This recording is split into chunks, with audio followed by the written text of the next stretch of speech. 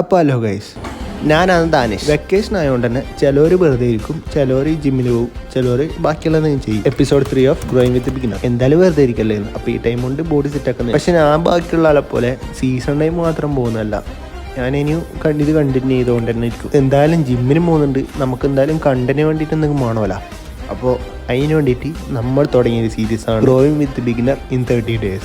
Beginner എന്ന് പറയുമ്പോൾ 30 days അല്ലെങ്കിൽ 2 months 3 months അങ്ങനെ അങ്ങോട്ടേക്ക് പോവാം. എനിക്ക് ശരിക്കും അതിനെക്കുറിച്ചിട്ട് അറിയില്ല എത്ര മാസം ഒന്ന് ബിഗിനറായിട്ട് ഉണ്ടാവുക എന്നുള്ളത്. പക്ഷെ എന്തായാലും നമ്മൾ ഇത് കണ്ടിന്യൂ ചെയ്ത് അടുത്ത ലെവലിലേക്കും കൂടി പോകും. അപ്പം ഞാൻ പറഞ്ഞു വരുന്നത് ഗ്രോയിങ് വിത്ത് ബിഗിനർ എന്ന് പറഞ്ഞാൽ നമ്മുടെ സീരീസിനെ കുറിച്ചിട്ടാണ്.